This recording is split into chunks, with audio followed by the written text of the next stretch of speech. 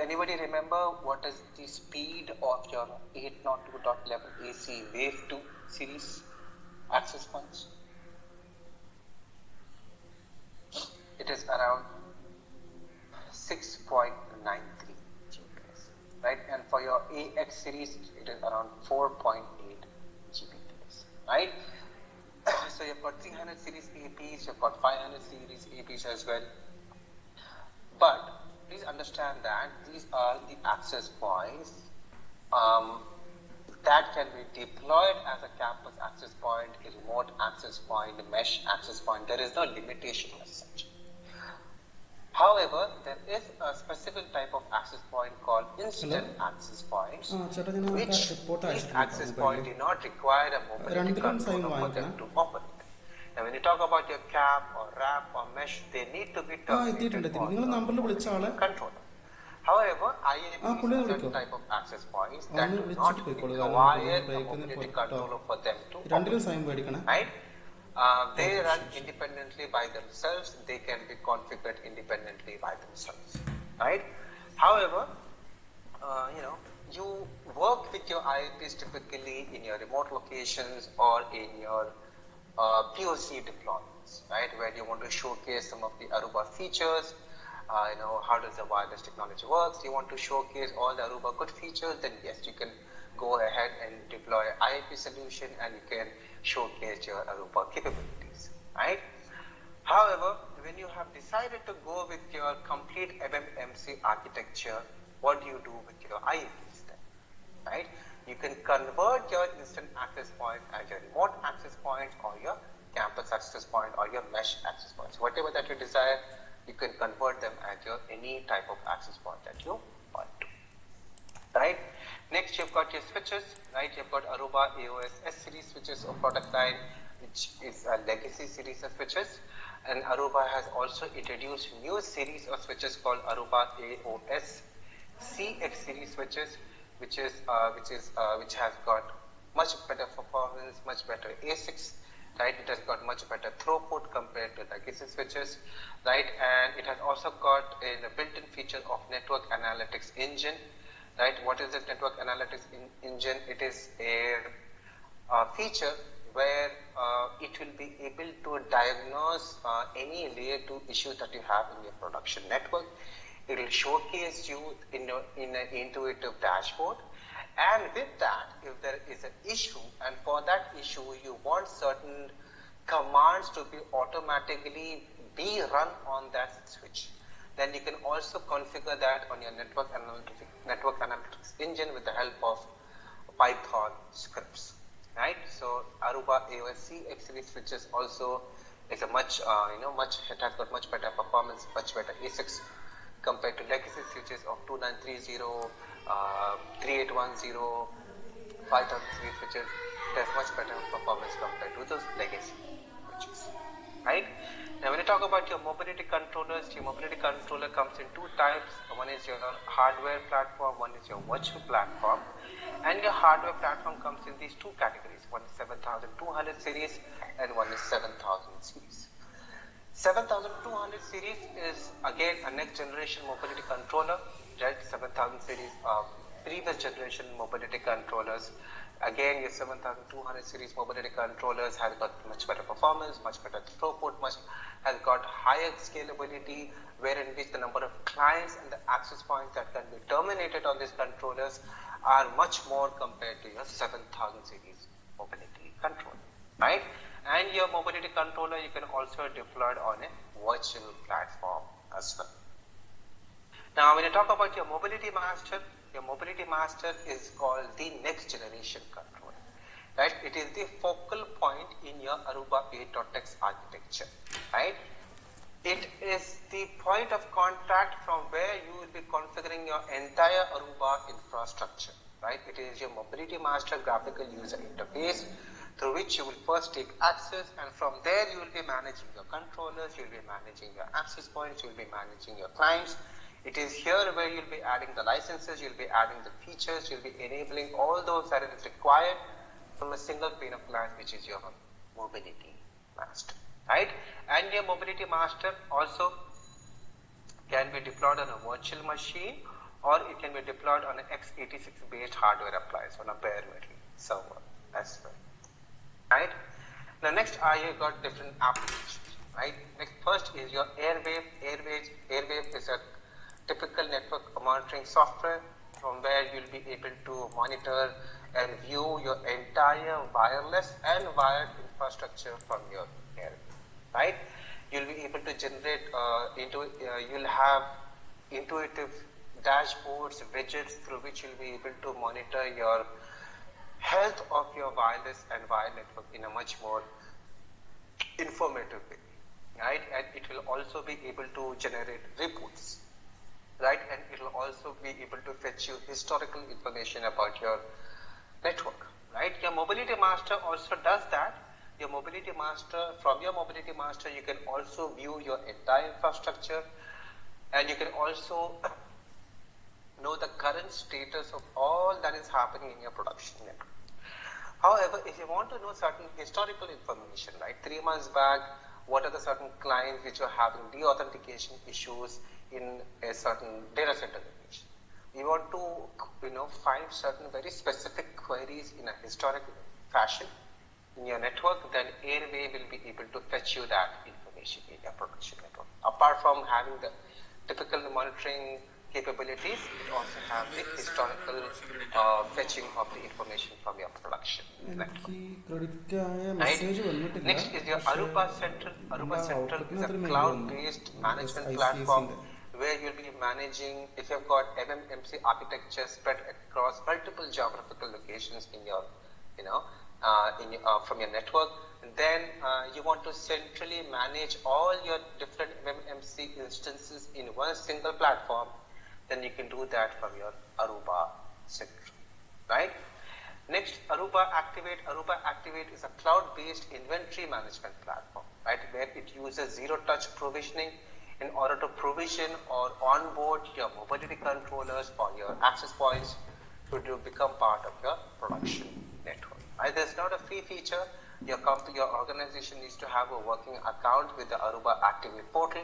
And once you have an account, you'll be writing certain provisioning rules where whenever your controllers or your access points, whenever they reach to the Aruba Activate, based on their serial number, certain provisioning rules will be imposed on them where they can deploy on your production network. Right?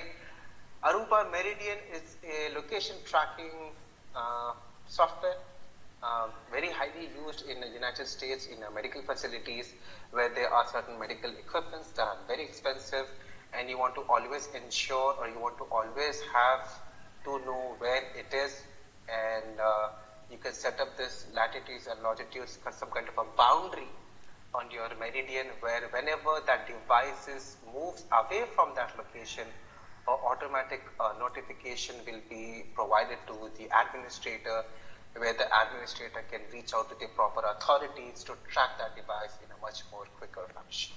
Right? Highly used in the United States in the medical facilities. Next is the Aruba Net Insight. Aruba Net Insight has got a machine learning engine. Again, it's a cloud-based application where it assists your production network with certain hardening process, or if there are certain issues that are ongoing issues in your production network, you can take help from the Aruba Net Insight, where it will be able to provide you root cause analysis of your issue, and it will also provide you the steps that are needed to deal with those issues into your production network. Again, you need to have a working account, and these are all specific extra licensed applications. This does not come as a bundle in your network. You need to buy this as a separate applications with their proper licenses if you want to use them into your production network. Next is the Aruba ClearPass. Aruba ClearPass is a complete NAC solution, network access control solution, right? You can use it as a centralized authentication server. You can use it as a captive. You can use it to host your captive portal for your guest authentications. You can use it for having a centralized policy enforcer from where it will push all the necessary security firewall policies to your respective NAT devices.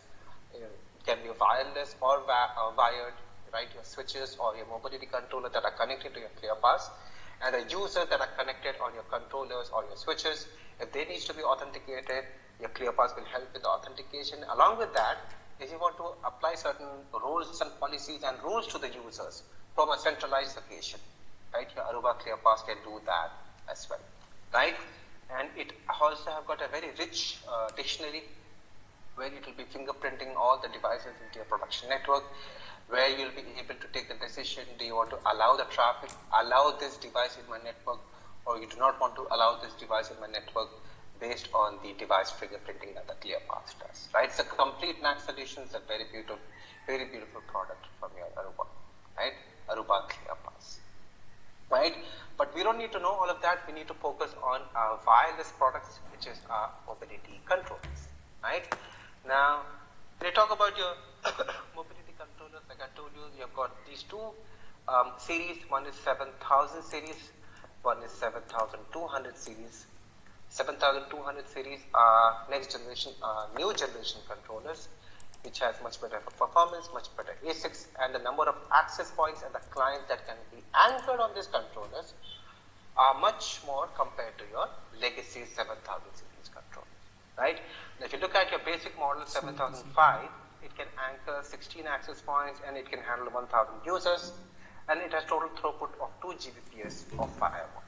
If you take the best mobility controller from 7000 series, you've got 7030, where it will be able to manage 64 access points, 4000 users, and it has total throughput of 8 Gbps of firewall. Right, this is the best model from the 7000 series. If you look at the basic model of 7200 series, you can see the difference, right? It can manage 256 access points, it can manage 8000 users, and it has total throughput of 12 Gbps of firewall. If you look at the best model, 7280, it can manage around 2000 campus access points, 2000 remote access points, 32,000 users, and total throughput of 100 Gbps of firewall. Right, so based on your requirement, based on the size of your infrastructure, you can select one of these models to provision into your production network. And your mobility controllers can be also deployed on a virtual platform as well. So based on the size of your infrastructure, you'll be selecting certain models, 50 to 51,000. This is typically the number of access points that will be handling, right?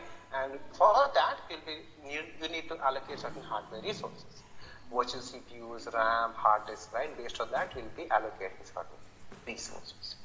Your mobility master also, it can be deployed on a virtual machine, or it can also be deployed on an x86 based hardware appliance. Your mobility master is the focal point in your Aruba 8.x architecture. You will be spending your entire time on your mobility master. It is from your mobility master where you'll be managing, right, from centrally you'll be able to configure, manage, troubleshoot, monitor, and also you'll be using as a licensing server, right? All the licenses will be adding to your mobility master. Okay, can you answer this question please? An IAP can also be deployed as a campus access point or a remote access point, is it true? Yeah, your IAP can be converted as a campus access point or a remote access point as well. Okay, can you answer this question please? Many APIs will support 32. How many APIs will, okay. Very good. So these are the kind of questions that you can expect in your ACMA exam. You will definitely be given a mobility controller model. Based on that, we will be asking you questions, how many access points or users it can manage. Right, so you need to remember those variables before you appear for your exam. Okay, how many users will an Aruba 7210 MC support?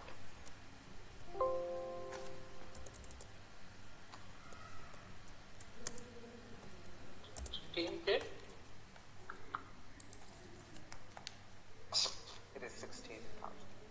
Right? Next, talking about the different access points. Right? Now, before we go ahead and start discussing about the access points, please let me tell you, there are two tunnels that gets established between your access point and your mobility control. One is your PAPI, right, and other is your GR. PAPI is for your control plane information, GR is for your data plane information, right? We'll discuss all of this in detail in the coming slides. However, for now, please understand that these are the two tunnels that gets established between your access points and the controllers. One is your PAPI and other is your GR. Right? PAPI is for your control plane information and GRE is for your data plane information. Right? It doesn't matter. It may be campus access point, it can be remote access point, it can be spectrum analyzer, it can be air monitor, it doesn't matter. All these access points will have these two tunnels created from itself to the mobility controller. Right? Now, what is the first access point? Campus access point. Like the name suggests, it is a campus placed at the same physical location where the mobility controller is placed, and it is directly terminated on your mobility controller. Right? When I say directly, obviously via your underlay layer 2, your layer 3 switches. Right? It is these campus access points are placed in the same physical location where your mobility controller is placed, and it is directly terminated on that controller. No complications there. The next type of access point is your mesh access point. Now, mesh access point is a type of access point that we use where we need to deploy our access point in outdoor locations where Ethernet cable connectivity cannot be provided end-to-end. Right? Such an example such as parks or airport docking site where the aeroplanes land, in a shipping yard. Right? These are such open outdoor locations where the users will be there in those locations, which requires for them to connect to the production network. However, Ethernet cable connectivity cannot be provided end-to-end. It is very difficult, right? Your mobility controller may be placed somewhere else in your airport, and to provide the Ethernet cable connectivity to an access point which is placed in an outdoor location near the airport docking site is very difficult. Right? It's very complicated. Right? So in such situations, you can deploy your mesh access points where these access points does not require Ethernet cable connectivity from the MC towards the mesh point. Now your mesh solution, I've got these two components. One is mesh portal and other is your mesh point. Mesh portal do have the uplink connectivity from itself towards the mobility controller, right? It will have the PAPI tunnel, it will have a GRE tunnel from itself to the MC, right? However, between the mesh point, the next component is your mesh point, and between them, you will have a wireless uplink, also called a backhaul. Right? Typically, Aruba recommends to use 5 GHz frequency track. Right? What is the difference between ESS and this one? Sorry, come again? Difference between ESS and this one. We said last after ESS something. ESS. Yes. Okay, now ESS are completely different. So ESS is the logical name. Okay. ESS is a logical name, right? So this is one access point. This is another access point, right? Let us assume this is your floor, Okay. the where floor with which all the employees are sitting, right? And this AP, right? These clients are connected to this access point. The clients are connected to this access point, right?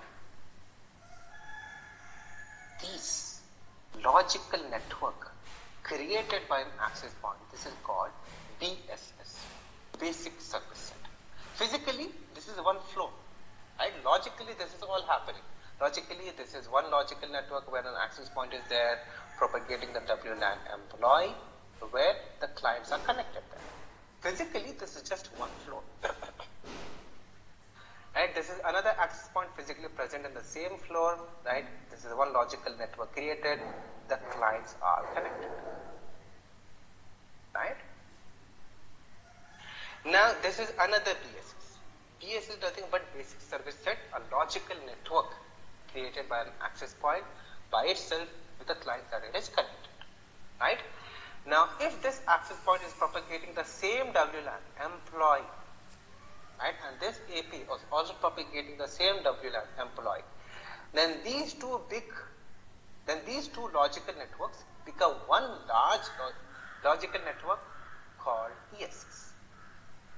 Right? This is all logical terminologies that we are talking, where the client, right? So this is the, this is on the same floor. This is the east. This is the west side, right? This corner and that corner.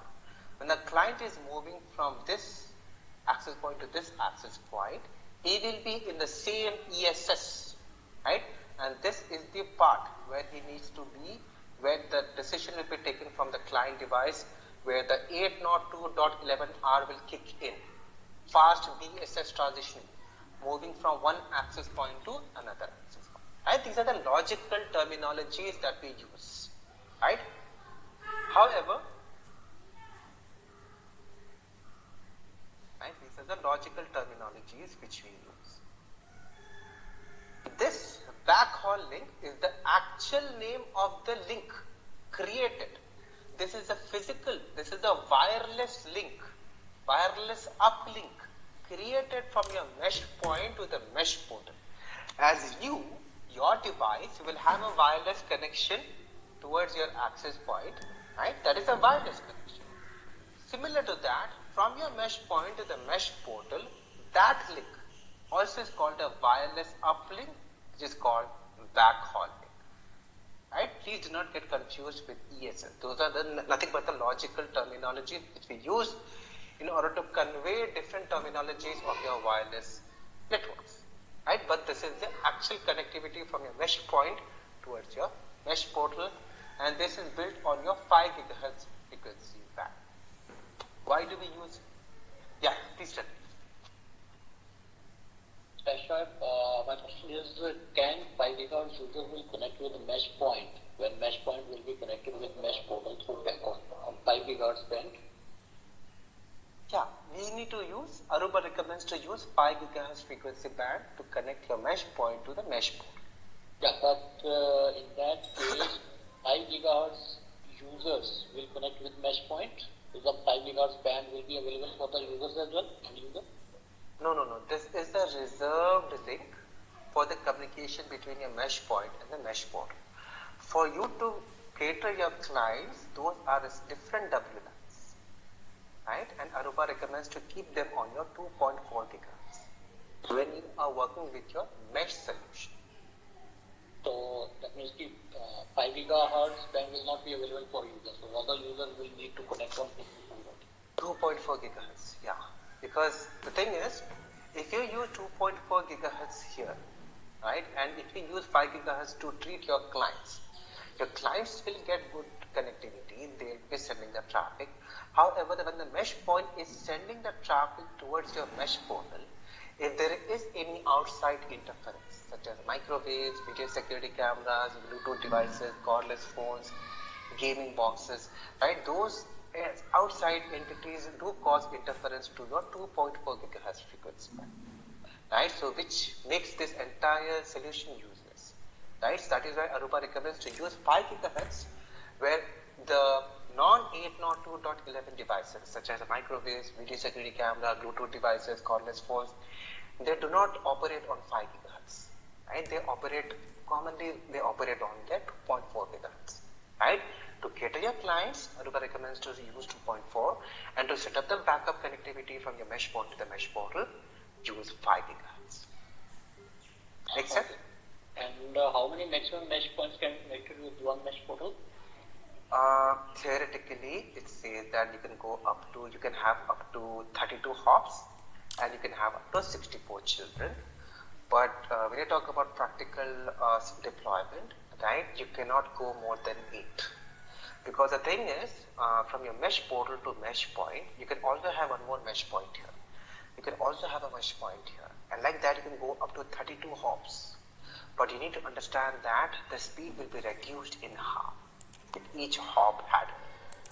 Can you imagine what will be the speed that you can expect on the 30-second device? So it means that on first mesh point, if I am getting 2 Gbps, then the second mesh point I will get 1 Gbps. Exactly. Right? So in a way in which the mesh is there, but it must be deployed in a way in which it is of some use to the clients, right? Use it to keep it as minimum as possible, right? Theoretically, you can have up to 32 hops, you can have up to 64 children. However, when you come to actual practical deployment, the speed will be reduced in half from one hop to another. Right? That is why we don't add a lot of, not more than 5-6 hops. Make sense? Yeah. Okay. Now next is your air monitor. Right now, what is an air monitor? Air monitor is a type of access point which is used for your security purposes. Right? It will be detecting all the layer 2 frames into your production network, and it works very closely with your mobility master. Right? It has something called wireless intrusion prevention system, and your mobility master has something called wireless intrusion detection system. Right? So what is this? Typically, all your production network access points, they will be communicating with your air monitor. Right? They exchange the statistical information and the airspace information with your air monitor by exchanging with your AMON, by communicating on AMON. This is Aruba proprietary protocol advanced monitoring, which your Aruba access point use to communicate with your air monitor. Your air monitor, after receiving all this information, it will provide that information towards your mobility monitor. Layer 2 information, right? So what are your clients connected, what are the different MAC addresses, what are the different access points, and all of that. Now, your mobility master, being the boss of the network, it has complete information about the network. How many users I have, what are the access points that I have, what are the mobility controller that I have, it has all the information, right? Now, if there is certain anomaly, where there is some rogue user or there is some rogue access point, right, then it will be able to detect that, because it is just going to analyze its own database, and that process is called a wireless intrusion detection system, and it will convey that information towards your air monitor, where your air monitor will start using wireless intrusion prevention system. It will take certain necessary steps to counter your rogue access point. What it does, we'll discuss that here tomorrow last module. Right? Now next is your spectrum analyzer. Now spectrum analyzer is a type of access point which detects layer 1 frames. Right? It is a type of access point which detects the source of interferences into your production network. Right? So if you've got a microwaves, video security cameras, Bluetooth devices, cordless phone, gaming boxes, which is causing interference to your legitimate wireless traffic, and your spectrum analyzer will be able to detect those sources of interferences, showcase you that into the intuitive dashboard that it has, and from that you'll be able to take the strategic decisions. What you should do, what you should not do. If there is an interference that can be kicked out of the network, you can remove it. If there is some interference which you cannot remove from your network, then you'll be taking strategic decisions, right? Putting your access points away from those interferences, right? All of those you can do with the help of your spectrum analyzer. Next is your remote access point. Now, what is this remote access point? Now, in this, like the name signifies, it is placed in a remote location, right? And it will have this PAPI and GRE tunnel connected from the mobility controller. However, as the traffic is going via the internet, first it will be setting up the IPsec tunnel. Right? First, it will be setting up the IPsec tunnel, and once the IPsec tunnel is established, then the PAPI and GRE tunnels will be coming in. Right? As simple as that. The remote access point has the same job what your campus access point has to do. It has to propagate your corporate SSIDs. However, rather than being in your campus location, it is placed in your remote location. As simple as that. Right, next is your wrap mesh port. What is this? This is the fusion of your remote access point and your mesh solution. Typically, you are using your mesh solution in your remote location. Right? So when you talk about your mesh access points, what are the components that you have? You've got a mesh portal which will have a wide uplink connectivity from its out to the mobility controller. As it is placed in a remote location, so it needs to be a RAP. Right? So that is why it's called a RAP mesh portal. Right? First we'll be setting up the IPsec tunnel, then we'll be setting up the necessary control plane and data plane tunnels for it to establish and send the traffic to the mobility controller. This is not a RAP mesh point. Please do not get confused, right? This is just a mesh point. It doesn't care if it is placed in a remote location or a campus location, it doesn't matter, right? It doesn't care. Please do not, you will also get a question like this. What are the components? What are the legitimate components of your mesh solution? You've got a mesh point, you've got a mesh portal, you've got a RAP mesh portal. You do not have RAP mesh point. Right? You get an option to select 3. Right? There is only mesh point. There is no RAP mesh point. It doesn't matter. It is placed in a remote location or it is placed in a campus location. It just is a mesh point where there is no wired uplink connectivity from itself to the mobility controller. However, it does have a wireless uplink connectivity from itself towards the mesh portal, which is also called as a backhaul. Right? Now these, if you look at all these access points, you can see that it do needs to have the connectivity from itself towards the mobility controller, right, to set up the control plane and data planes, right. However, we have another solution called IAPs, which do not require for them to set up any tunnels to operate as an access point, right. They do not need to have any communication channels established with the mobility controller for them to operate or to provide a wireless as a service, right? So what happens here is, typically all your IPs will be connected on the same layer to subnet, right? And they'll be first electing a virtual controller, right? The virtual controller is elected based on typically the uptime, which access point has the highest uptime, or which access point has the 3G or 4G capability, right? Let us assume one of the access point, let us assume this access point has become the virtual controller. Now what happens, what do you do on the virtual controller? Whatever operations that you used to do on your mobility controller, such as creating your WLANs, setting up your guest WLANs, performing the authentication for your client, setting up your adaptive radio management, setting up client match, and enabling all the features that typically what you do on your mobility controller. Now you will be doing that from your virtual controller. How? It has a very easy to use intuitive graphical user interface through which you can configure everything that you used to do on the controller. Now you will be doing it on your virtual controller. Right? One more good thing about IAP is that it does not require any special licenses to operate. Right? When I say special licenses, it does not require any AP license.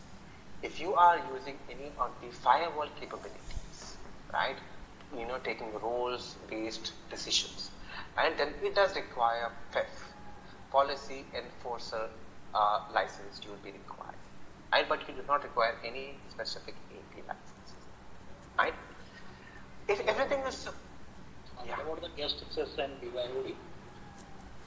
Sorry, come again. What about the licenses for guest access and BYOD in instant AP? No, you do not require any license for guest. For your BYOD, if you are integrating with your ClearPath, the ClearPath will be using on board, right? It will be using on board to help your clients to provision their personal devices to get connected to the production network, right? But you'll be requiring ClearPath for that. But no special licenses are needed on the IAP to operate, right? If everything is so good about IAP, then why are we not just using IAP? Right? There is a limitation. Limitation is that in one IAP cluster, right, you can have up to 128 devices, and it will be able to provide service up to 2048 clients. Now, if you compare this number to your MMMC architecture, right, the MMMC architecture can span up to 10,000 devices in one MMMC instance, and it can be able to provide service up to 100,000 clients in one campus network. Right? So yes, significantly the number is less, but if you have a very small deployment or very temporary deployment in a remote location, then IoT is a very beautiful solution to go with. Right? That is with your instant access points. Now next is your controller modes. Now when you talk about your mobility controllers, right, like I told you in your 8.x architecture, right, you have got this mobility master and your mobility controller, right? Now what is your mobility master? Like I told you, mobility master is the focal point in your Aruba 8.x architecture. You will be working your entire WLAN. You will be working, whenever you're working on Aruba, setting up your wireless setup, you will be spending all the time on your mobility master if you're using 8.x architecture. Right? It is from there where you'll be managing your mobility controllers, where you'll be managing your access points, where you'll be managing your clients, where you'll be enabling the features, you'll be troubleshooting, you'll be gaining the visibility of your entire wireless infrastructure from a centralized location, which is your mobility master. Right? Now, in your 8.x architecture, whenever a mobility